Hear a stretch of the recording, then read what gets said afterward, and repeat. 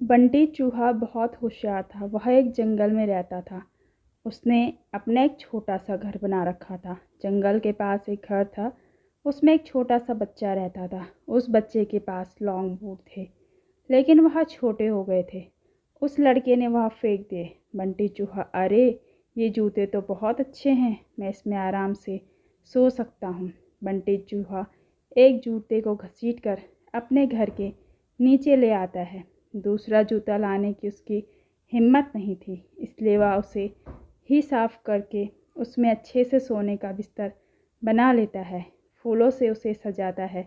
बंटी बहुत खुश रहता था। जंगल के और जानवर उसे देखने आते थे। जानवर जब उसको देखते तो बंटी चूहा बहुत नखरे में अपने जूते पर चढ़कर बैठ जाता।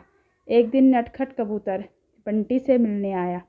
नटखट कबूतर, बंटी भाई, बहुत सुंदर घर सजाया है और इस जूते ने तो 4 चांद लगा रखे हैं। बंटी चूहा, सुन भाई, नज़र मत लगा, मैंने बहुत मुश्किल से इसे सजाया है।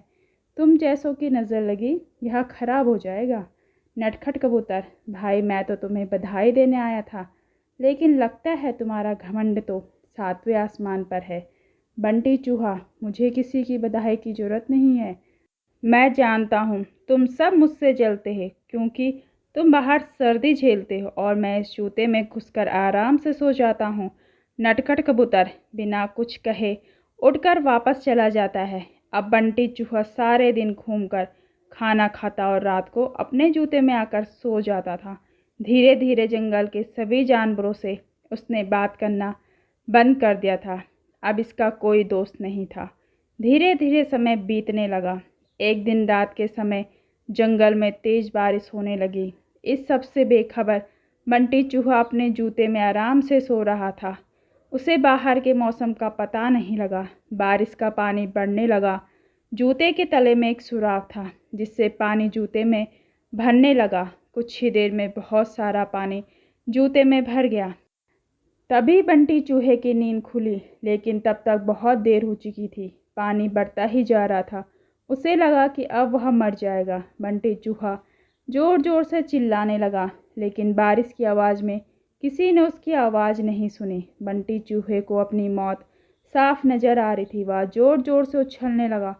उछलते उछलते वह जूते से बाहर निकलना चाह रहा था, लेकिन जूता इतना लंबा था कि वह बाहर निकल नहीं पा रहा था। इधर दूर एक घोंसले में नटखट कबूतर अपने बच्चों के साथ बैठा था। नटखट कबूतर बच्चों को लगता है किसी के चिल्लाने की आवाज़ आ रही है, कोई मुसीबत में है। उसने बाहर निकल के देखा, आवाज़ उस जूते में से आ रही थी। वह तुरंत समझ गया बंटी चूहा जूते में फंस गया है। नटखट कबूतर बिना देर किए किसी तरह उठकर वहां पहुंच गया। अब जूते के ऊपर बैठ गया। उसने देखा बंटी चूहा डूब रहा है। बंटी चूहा, कबूतर भाई मुझे बचा लो, नहीं तो मैं मर जाऊंगा। नटखट कबूतर, क्यों, तुम्हें तो इस जूते के सिवा किसी की जरूरत नहीं थी। बंटी चूहा, भैया बचा लो, मैं घमंड में आ गया था। यह सुनकर नटखट कबूतर उसे अपनी चोंच से पकड़कर खींचने लगा, लेकिन बंटी चूहे का वजन ज़्यादा था। नटखट कबूतर उसका वजन नहीं उठा पा रहा था। नटखट कबूतर, भाई रुको, मैं भी बाकी जानवरों को बुलाकर लाता हूँ।